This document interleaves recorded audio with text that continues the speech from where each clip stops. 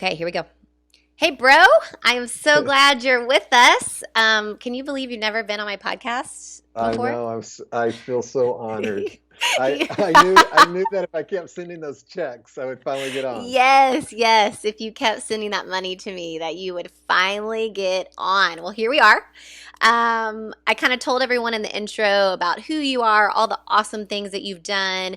But I can't wait for people just to see your heart and why I love you so much. And I promise I'm not going to cry this podcast, but just what you've meant to me. We are so very close. If you don't know us, this is, my brother's 11 years older than me and we've been close the entire time, and it's just this beautiful relationship that I just adore. And so I'm so glad to have you on here to banter with and to talk a little bit about you know how to stay close as family, but also how to teach our kids to stay close too. So thanks for being on. Yeah, it's an honor. And yeah, I hope I don't cry either, because like I cried at your wedding so hard. Like yeah, I love you like crazy. So I'm excited about today. Well, let's talk about our relationship a little bit. And it's funny because when people see us, we do look alike, even though we're 11 years apart. The cool thing is that our kids are about the same age. So that's really fun to stay together. But it wasn't always like love and roses. I told the story the other day to my staff. They said, this is hilarious. This was the question. They said, what is something in your life that has toughened you up? Like, what was something that was mentally, and you know what I'm going to say. And I said, there's different things, but when I was a kid, my brother used to play sports with me. We're a sports family, always grew up. I don't know if I even had a choice of to do sports or not, quite honestly. I remember you having me doing pull ups at like 4 years old. And you would take me outside, and I played softball at the time, and you would hit ground balls to me, and you would make me do how many in a row? I mean, I feel like it was like 25 in a row, but it was probably Yeah. more like 10. How I many? think this I think 10's probably more realistic. I Okay. think the story gets exaggerated a little Okay, bit. let me tell the story since I was the victim. Okay, so 10 ground balls, and that's how if I did 10 in a row, then I was done. And on probably ball, like, I don't know, eight, it had a bad hop and hit me in the mouth, and I'm crying and bleeding. And how old was I? Like eight, Yeah. Yeah, you're probably eight. eight, Yeah. eight, Yeah, I fragile can eight. I can still picture a little bit where it Yes, was. yes, yes. I'm crying, I'm mad, I'm screaming. And mom, like, where are our parents? Like, where are they? Why wasn't anyone helping me? Nobody. I don't know. I think they were in the house doing something. Nobody. So Uh, the story is that instead of having sympathy for his little sister, he made me stay out there and ground two more balls in a row before I could go inside. And so that is the joke that you made me tough. And it probably actually did help me, but at the time I wasn't so happy. well, as a marriage and family therapist Oh, myself, oh, you're gonna not bring that in there? would not recommend that strategy. Uh, I was what? How old was I at that time? So I would have been, if you're eight, I've been about 1920-ish probably. So I probably wasn't the most mature. So I'm glad the story turned out well and that you came out, at least you felt like that was a positive in your life. I didn't say it was Uh, a positive. I just said it is something that was mentally tough. And my staff, we have these really uh, sweet people on my uh, staff, and they're literally going, he made you do what? They were so mortified that you did that. uh, You have gotten soft in your old yeah, age. I would never do that to my kids. No, So, no, you're so but soft. Like I watch I you will now with your girls, and I'm like, what? I will say that you were a stud athlete, though. So Appreciate that. that was very helpful. But yes, don't try this with your kids. Don't try this with your kids. Okay, so through our kind of growing up, so just a little backstory on us. Obviously, I was surprised. Mom had me at 41. I was so, How did you I feel about that? yeah, I totally, yeah, I was so angry, so mad. I was like the only, at that point, only kid living in the house. And just I did not want another kid in the house. I remember. I mean, I remember. I can remember like where they told me and where I went into my room crying. So I don't even it was remember you telling me that. I just thought you loved me yeah. always. No, well, I did when you came out. I mean, there was just like a incredible love that we've had all throughout our lives. But at the moment when I originally heard, I was not happy. Okay, so I don't remember the baby years. I hardly remember last year. I mean, I have the worst memory ever. But we grew up together. You were 11 years older, and then graduated and went to college, and then I was kind of the only child. So during those college years, we were still close though during those years. I don't know what helped us. What was that? You probably remember more than me.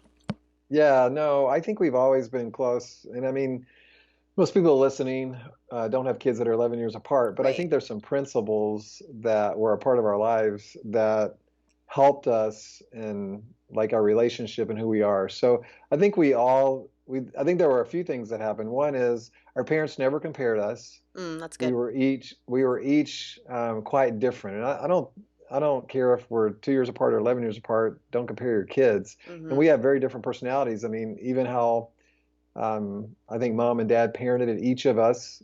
They had to kind of navigate that a little different due to our personalities. We always believed in each other. We always trusted each other. We always wanted the best for each other. Hmm.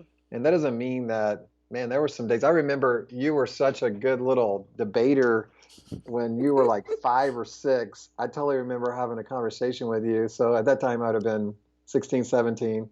And you were like, I mean, we were arguing, and you were like arguing me under the table. I mean, you're just, but I mean, it wasn't like we didn't have like occasional Right. tiffs, etc. But we always like had this, I guess it was like this constant, like, we are in this together. We're Hmm. family, and I'm in your corner. Yeah. And I felt like you felt that for me and me for you. Oh, same. Like you were, I idolized you. Like I wanted to be like you, and I think you felt probably not the pressure, but you felt like you wanted to be that model, for me.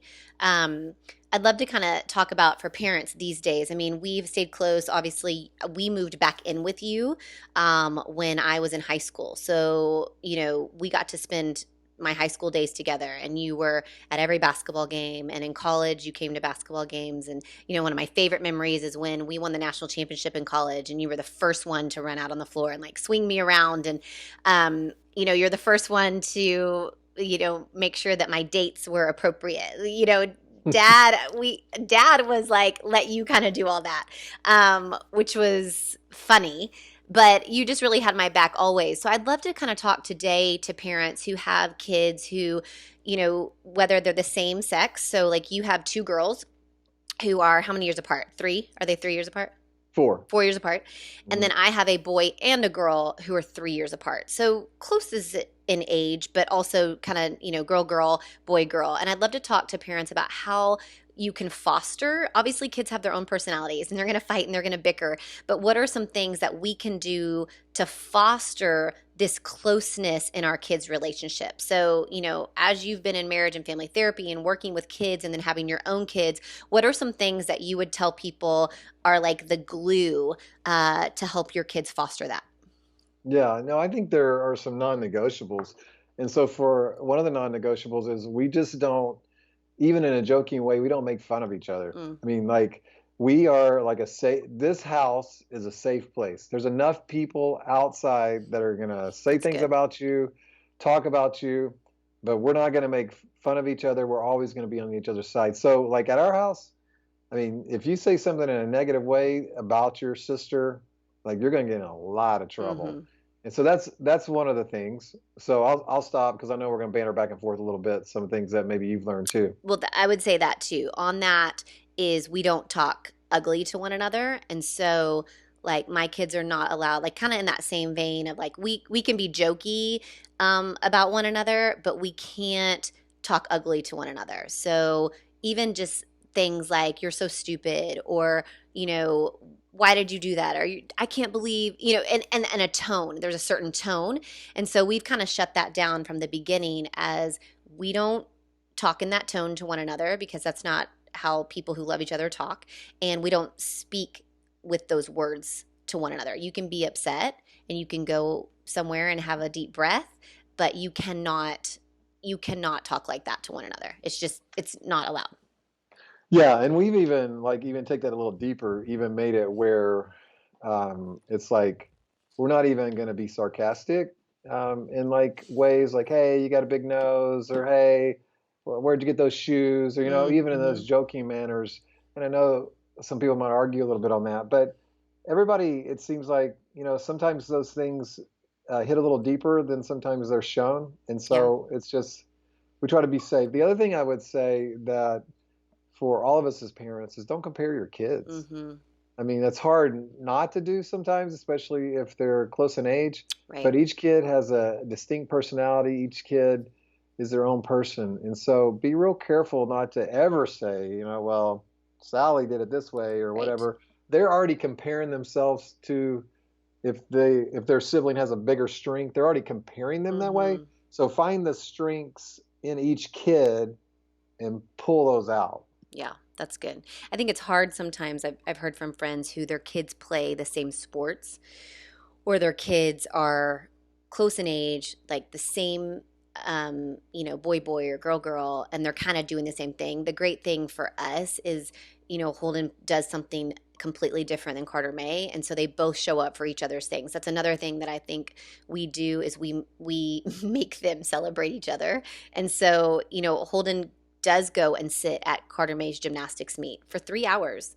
And that's not his favorite thing. But let me tell you, when she goes up to get her medal, he's the first one who's screaming for her and is so excited for her.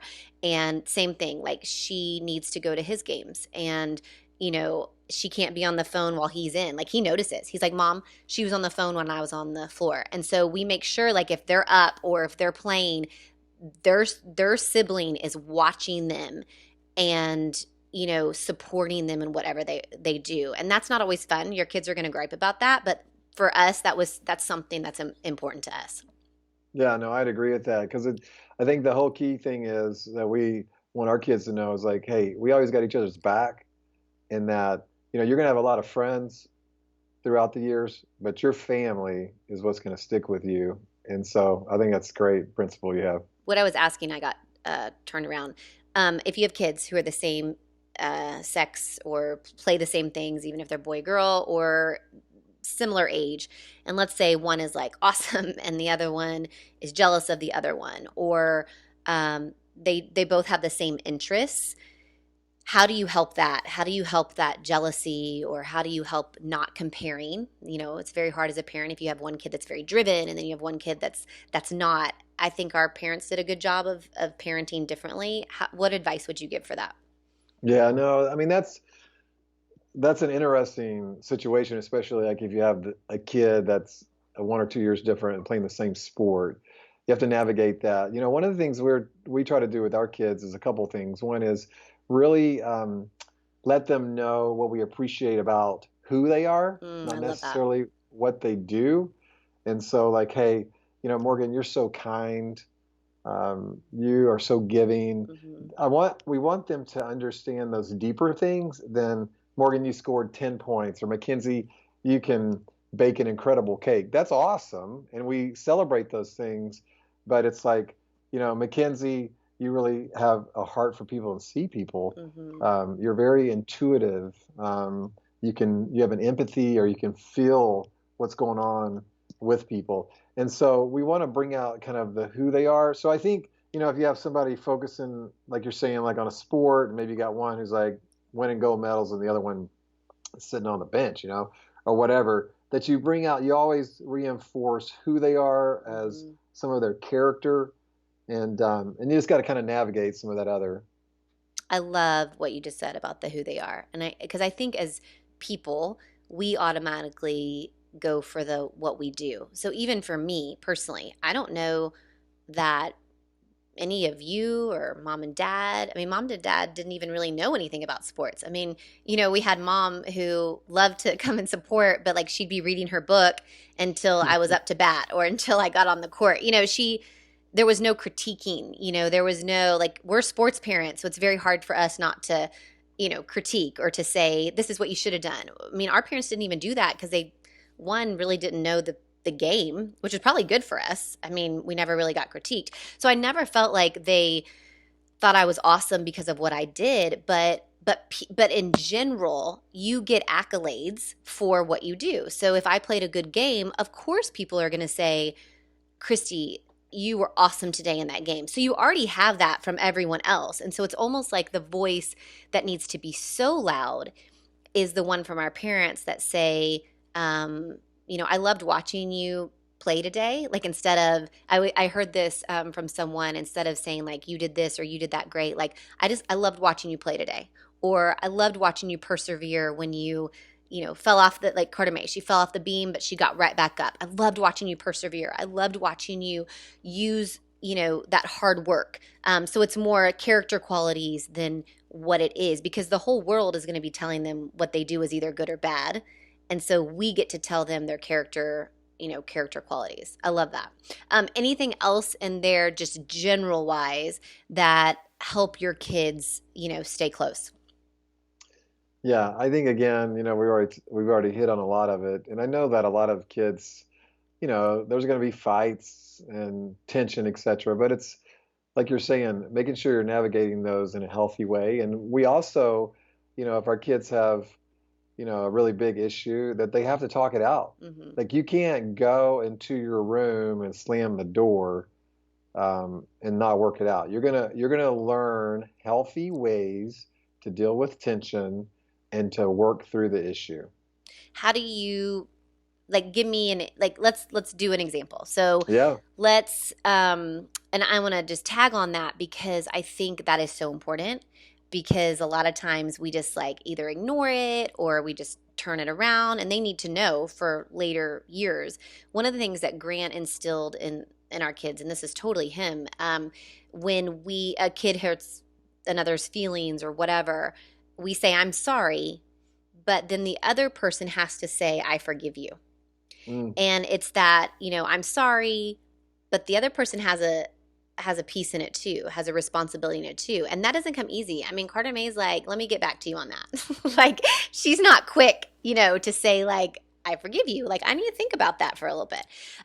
But I have seen that in our kids' relationship be so powerful.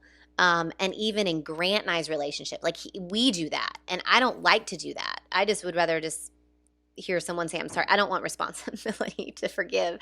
But that has been really powerful. So play something out for you, like whether it be your kids or maybe a parent that you used to help. What does that look like to deal with that tension or like a hard situation or conversation? Yeah, yeah. Well, Candace, my wife, is the expert She is so here, good. in this. And so, to be quite honest, I would probably, before I met her, would have probably just let some things. Well, I would have let some things go.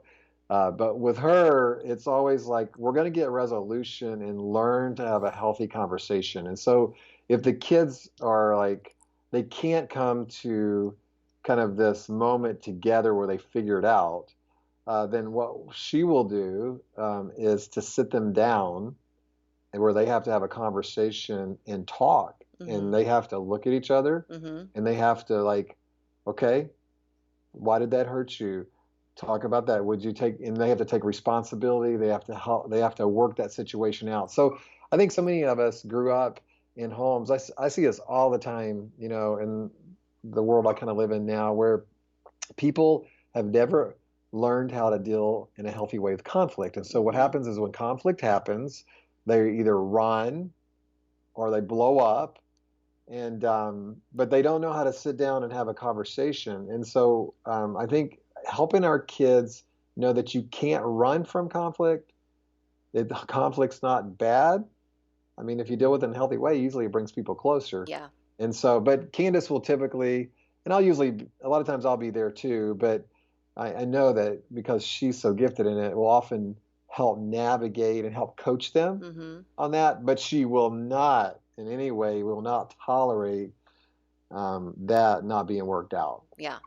I think that's so good. And I think that's hard and it takes extra time. And some things you just want to like let go.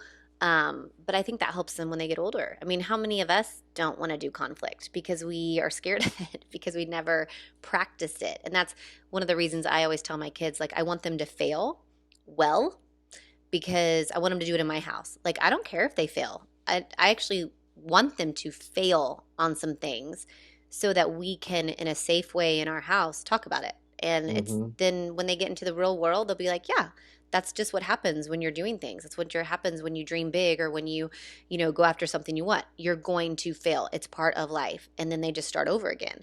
I think that's a huge thing. What would you say to parents like who are listening right now and maybe their kids have already been fighting and they just have never gotten along? Is it too late? Is there anything that they can do if maybe their kids have never really got along or any of that? Is there a way to bridge that gap? Yeah, I don't think it's ever too late. I mean, I think it's a matter sometimes, you have to kind of reset. And so sometimes as parents, you maybe even have to have an honest conversation. Depends on the age of your kids. Hmm. But let's say this has been going on, your kids are now 13, 14, 15, whatever age, they're older. You have to maybe reset and own up as a parent. Hey, maybe, there's some things that we're going to adjust. And I have to own up that maybe as a parent, I haven't handled this the best, Hmm. but from now on, we're going to make some adjustment. And here are the adjustments. And, these are the three things that we're making adjustments on or whatever. And this is what will happen if, we don't follow through on this. So I think, it's a matter of the age of your kid, but I don't think it's ever too late to reset. Hmm. And does that mean you're going to be perfect? I mean, nobody's a perfect parent, man. We have some times where we're like, oh gosh, our kids are going to be in therapy. But it's at the same time, we're trying to grow as parents Hmm. and grow our relationship as well as parents ourselves. So I would say to parents, whether you feel defeated, great job. So you cut out on that when you said whether you feel did you say defeated? Yeah, I said whether you feel defeated or that you're doing a great job, that it's always a growing process. Yeah. And I think it's also okay to admit that you're wrong as a parent. I think that has been one of our, things with our kids is that when we do something wrong or when we don't parent the right way or have helped them navigate things that we can say, we didn't do that right. Like we did that wrong and we're sorry about that. And will you forgive us? And let's start doing it a different way. So I think you're so right on that it's never too late to help your kids, have that bond and just to remind them that they're blood, that they're forever, whether they're adopted or whatever, this is in your family and you're together, for probably the rest of your lives. You're going to have to live together. And how you can make that a place that feels safe and you feel known and you can be your true self there is, a beautiful thing. Is there any last tips that you would have on just helping families, help their kids have that strong bond? Yeah, I think again, we've covered a lot of it, but it's again making sure that you're just reinforcing um, some key messages. You're reinforcing who they are, not what they do. You're reinforcing that, just like you said, we're always going to be together. Hmm. Friends will come and go, but we are always in each other's court. Hmm. This is a safe place. Home should be a place where, I used to talk about it as like, oftentimes we're kind of like um, a, a house that's being framed and built. And, we go out sometimes outside to school as our kids go to school or work, whatever, even as adults. And oftentimes some of those boards get knocked off, Hmm. by people saying things or people triggering things. But then when we come back home, it's a place where we build that. Yeah. Our boards don't get knocked off. It's a safe place where we're building more boards on Mm. for a safe structure. So those are some of the quick things. It was interesting. Holden wrote this character poem for his class, and it was all these like little prompts, like how does he feel? Who is he? How did he end up? And as this whole COVID-19, our kids have really like gone through the ringer this year. They've it was just talking to Grant. I'm like, even when this whole thing kind of gets over and maybe back to normal, they still will remember, some of those things. And like all they've heard about in the last year is like death and COVID and germs and viruses. And, as much as we've tried to talk about it in, healthy ways, they've still heard that they're wearing masks to school or they're not going to school, all those things. And I always tell parents, like, if you're, no matter what's going on around, outside your four walls, if those four walls feel like the place that they can walk in and be themselves and feel known, and that is their safe place. It doesn't even, like, it almost doesn't matter what's going on around as long as they feel safe there. And it was interesting, we just moved here right in the middle of a pandemic, new school, new everything. My kids had to go to school with masks on for the first time and meet new kids, so they really couldn't see them. And I was really nervous about it. And they did fine and did great. But I just, I kind of wonder in my head, like, how do they really feel? Do they feel discombobulated here? Do they feel nervous or scared? And Holden wrote this poem, and at the end it says where he ends up, and it says, who ends up in Waco, Texas, almost 13, and I am safe and protected. And I thought that was, like, so interesting. I was like, oh, okay. I was like, even though he, sees some of the newspaper clippings and hears us talking about things and, is in a different place, he feels safe and protected. And that's where we want, we want our kids to feel that so that they can go out and be who they are and those kind of things. So I just thought that was interesting. That's good. Isn't that cool? Well, thank you, brother, for being on and just kind of giving us some tips. I just thought it was so important because I love our relationship. We get questions all the time of, like, how we stayed close. And I just think it's something that probably parents have on their mind. And I hope this encouraged our listeners today. Before we leave, our favorite thing that I love to do is to remind our guests who they are, just what we talked about, and not what they do. So you've done some incredible things. You're, like, the most disciplined, intentional, goal-driven person ever, and so successful. But I love reminding people who they are and not just what they do. And so I got some quotes from some of your friends and family of just what you mean to them. So I'm going to read them over to you just to encourage you today. Okay, someone said, Andy, from the day that I met you and to this day, it's only gotten stronger. You have always been a man with strong integrity and convictions. You are a very disciplined man, wise, who searches for wisdom and knowledge, who fears the Lord and puts your trust in his direction, who follows the path he has laid out for your life. You are an excellent husband, completely committed to being the man God asked you to be to your wife. You're a loving father, always looking for ways to be involved in their lives, showing them your love as their father. And you have also been an excellent friend, so supportive, always there to speak truth and give accountability and encouragement. I appreciate you and love you.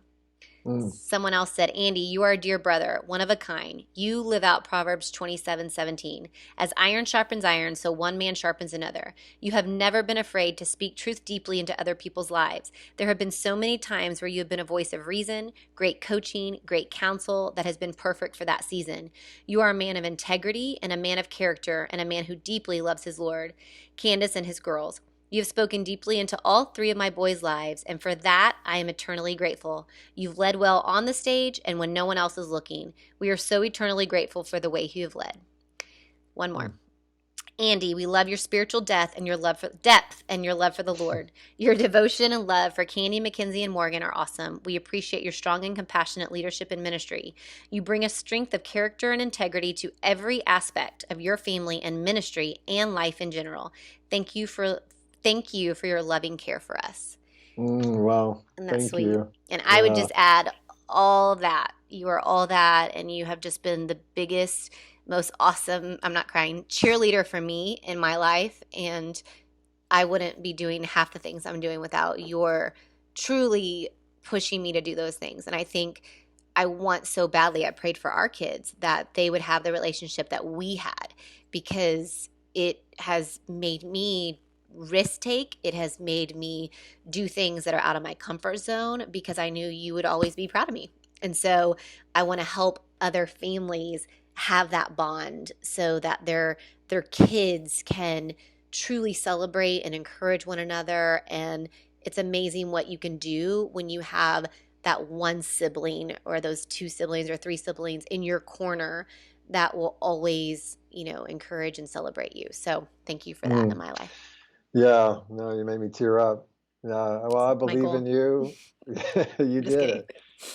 I believe in you. You always know that. I think you can do anything that God has for you. You put your mind to, and so no, I'm proud of you, not for what you do because you've done a ton of things, but for who you are. So no, you're loved. I love you, sis. Thank you. Love you. Thanks for being on.